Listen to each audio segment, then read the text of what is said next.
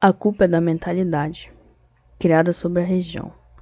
Porque aqui tanta gente teme, norte não é com M. Esse é o trecho de uma letra de música chamada Belém Pará Brasil, que foi tocada pelo Mosaico de Ravenna, que fez sucesso em Belém do Pará, com o gênero rock, entre o final de 92 e início de 93. Olá, trovadores e trovadoras, tudo supimpa com vocês? Espero que sim. Eu quero começar esse vídeo lançando algumas perguntas para vocês. Vocês já foram em alguma cidade do norte do Brasil? Conhece alguém que more? Sabe de alguma história? Já conversou com um nortista?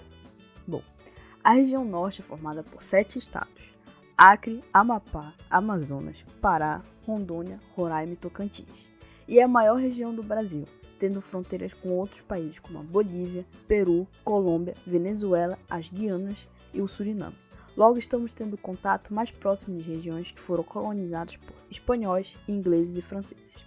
A região territorial é de 3.853.322,2 km. Isso é 45% da área total do Brasil. E mesmo com todo esse tamanho, somos a segunda região menos habitada. Depois de passar todas as informações de território e ver que somos gigantes, por que ainda somos invisibilizados comparados às regiões sul e sudeste?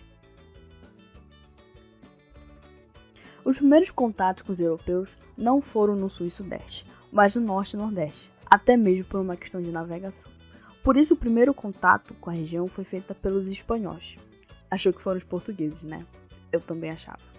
O primeiro contato foi com o navegador espanhol Vicente Pinzón. Ele chegou em janeiro de 1500, 3 meses antes de Pedro Álvares Cabral, em abril de 1500. No Cabo de Santo Agostinho, litoral de Pernambuco. Mas a Espanha não reivindicou a descoberta e assim segue até hoje nas escolas que quem chegou primeiro aqui foram os portugueses. Depois de ter o contato com essa parte do Nordeste, Pinzón foi parar na foz do rio Amazonas, no mesmo ano. Em seguida, Diogo de Lepe em abril. E outros navegadores como Francisco de Orellana, que passaram por Quito e atravessaram as Cordilheiras dos Andes. A viagem foi relatada pelo Frei Gaspar Cavajal, dizendo que os espanhóis tinham lutado contra as guerreiras e comparando elas com as Amazonas da mitologia grega. Nada mais que uma visão eurocentrista, comparar as identidades físicas latinas a que os gregos. Antes da chegada dos europeus, as sociedades indígenas já extraíam da natureza os recursos para as sobrevivências e também a produção das cerâmicas. Uma das formas de expressar a própria cultura é a divisão de trabalho. Infelizmente, os antropólogos americanos, financiados pela OSS, atual CIA, baseados nas evidências, tinham que criar teorias que nós, povos latinos, éramos primitivos e só começamos a produzir cultura depois de termos contato com as civilizações das Terras Altas nos Andes e da Mesoamérica, civilização americana. Tudo isso foi exposto no século XX para diminuir os estudos feitos durante o século XIX sobre as populações da região do norte, baseando-se que o ecossistema amazônico era pobre em nutrientes e esgotados, para mostrarmos que sempre fomos dependentes e de um pensamento neocolonial. Quem aborda essa questão é Anna Roosevelt, antropóloga e arqueóloga americana, que estuda a cultura marajoara e a sociedade pré-colombiana, e ela é neta do presidente americano Theodore Roosevelt. Logo, nós nortistas sofremos um preconceito na própria sociedade e no meio acadêmico. Só vamos ter conta desse acontecimento se estudarmos a fundo a sociedade pré-colombiana, que infelizmente ainda é um assunto deixado para trás nas escolas brasileiras.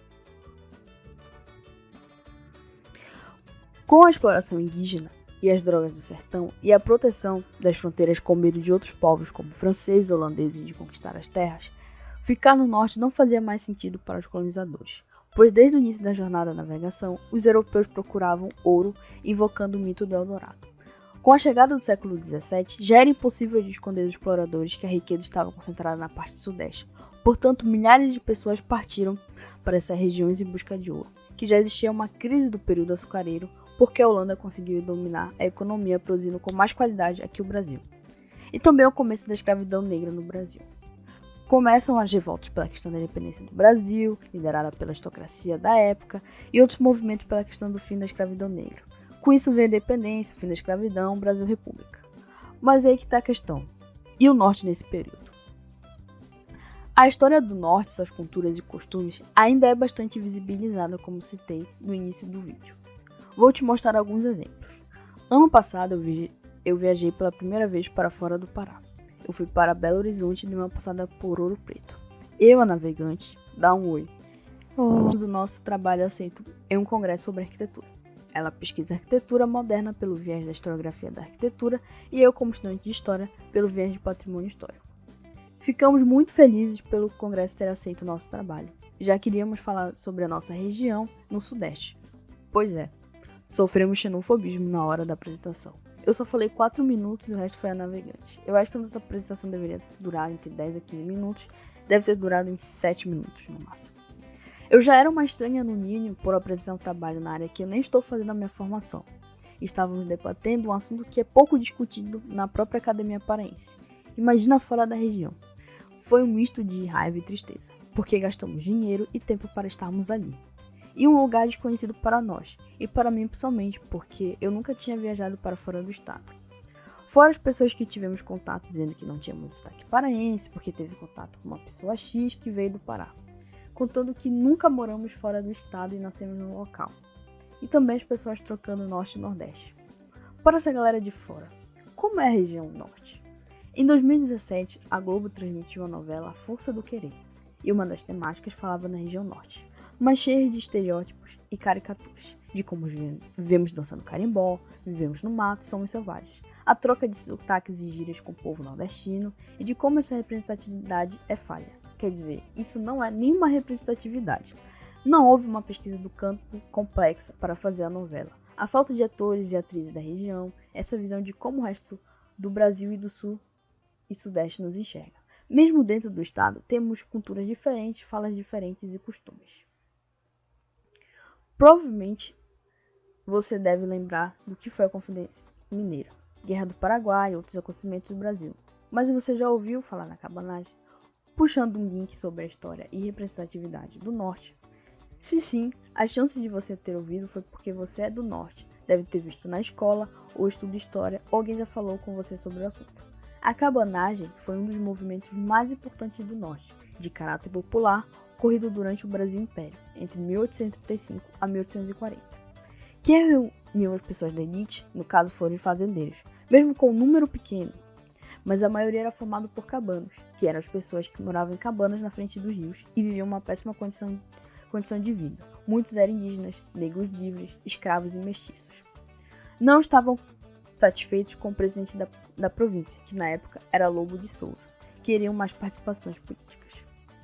Lobo de Souza, com o apoio do governo regencial, começou a repreender as manifestações e aumentando a revolta das pessoas, que chegou no interior da província.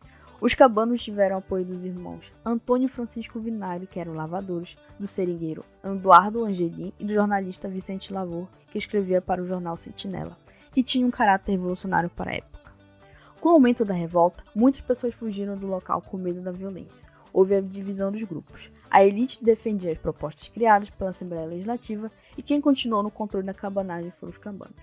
Em 1835, dominaram Belém, executando Lobo de Souza. O primeiro governo cabano foi liderado por Félix Malcher, que entrou em choque com a parte não elitizada do movimento. Chegou a prender e deportar os irmãos Vinagre porque juravam uma lealdade ao império, que na verdade era cheio de regalias. Malcher acabou sendo retirado do poder e morto. Francisco Vinagre foi escolhido para ser o segundo líder do governo cabano. Não conseguiu um acordo com os rebeldes e foi acusado de traição por ter entrado em um acordo com as tropas enviadas no Rio de Janeiro. Vinagre ajudou as tropas e navios que estavam sob o comando do almirante inglês Taylor e prometeu entregar o cargo de presidente da província a quem fosse indicado pelo governo regencial. Os cabanos saíram da capital com medo de perderem mais pessoas e foram para os rios e matas que tinham mais domínio. Convocaram mais pessoas de vilas e povoados, pessoas mais humildes da região, e voltaram para a capital. Com a morte de Antônio Vinagre, Eduardo Angelim se tornou o terceiro líder cabano, mas ainda havia divergências dentro do movimento, o que deixou o governo enfraquecido. O regente Feijó, do lado do governo regencial, conseguiu restabelecer a ordem na província. A cabanagem chegou ao fim em 1840 e foi o único movimento dentro do Brasil formado por uma população mais pobre, a ter um controle político e econômico com uma certa estabilidade. Muitos paraenses, como eu, têm orgulho de dizer que tem um sangue cabano e de contar essa história de resistência. Imaginem se esse movimento dá certo e se espalha para o Brasil todo. nós seríamos um país. Existe um monumento em homenagem a esse movimento, feito por um dos arquitetos mais famosos do Brasil, o Oscar Niemeyer. É um comentário sobre o monumento à cabanagem. Na verdade, ele passou por uma revitalização no final do ano passado para comemorar os 150 anos do movimento à cabanagem, que foi feito por esse governo do estado atual. E é isso, gente. Depois desse acontecimento, fomos lembrados apenas para sermos explorados, mais uma vez, durante o ciclo da borracha, que durou metade do século XX até o século XIX até o século XX, que ficou conhecido na época como Belle Époque, e das influências europeias. O Brasil como um todo foi explorado nas mãos dos europeus. A diferença foi durante o ciclo do café, que durou entre 1800 e 1930, e foi um marco na economia brasileira, ocorrendo no Vale do Paraíba entre São Paulo e Rio de Janeiro. Como a escravidão negra foi abolida nesse período, precisavam de mãos de obra para trabalhar. Com isso, juntaram o útil ao agradável, chamando italianos, alemães e outros povos. Feito isso, começou a política de branqueamento da população brasileira, pois as autoridades e a ciência na época tinham medo de que a sociedade brasileira pudesse desaparecer, com a teoria do darwinismo social, que os negros, os mestiços e sobreviventes do genocídio dos indígenas, que o branco era superior e poderia clarear o resto da população.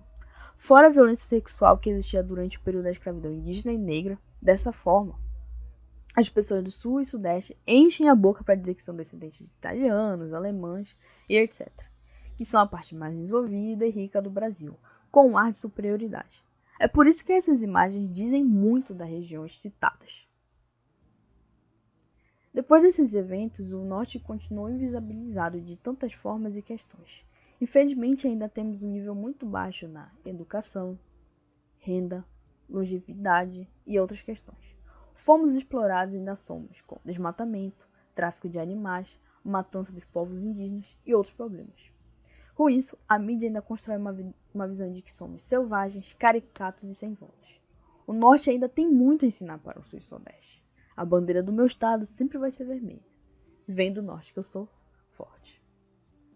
A dica que eu dou é: valorizem artistas do norte, pesquisas, histórias, pessoas, conhecimentos, tudo que mostra da nossa cultura. Temos direito como qualquer outro cidadão brasileiro. Se você gostou desse vídeo, não esqueça de deixar seu like, compartilhar e se inscrever no canal. Eu também tenho um podcast chamado Cultura Sem Fronteiras, que está disponível em todas as plataformas de podcast. E também o financiamento coletivo no Apoia-se e no PicPay. Se você gostaria de ajudar financeiramente, o link vai estar na descrição do vídeo. Obrigada.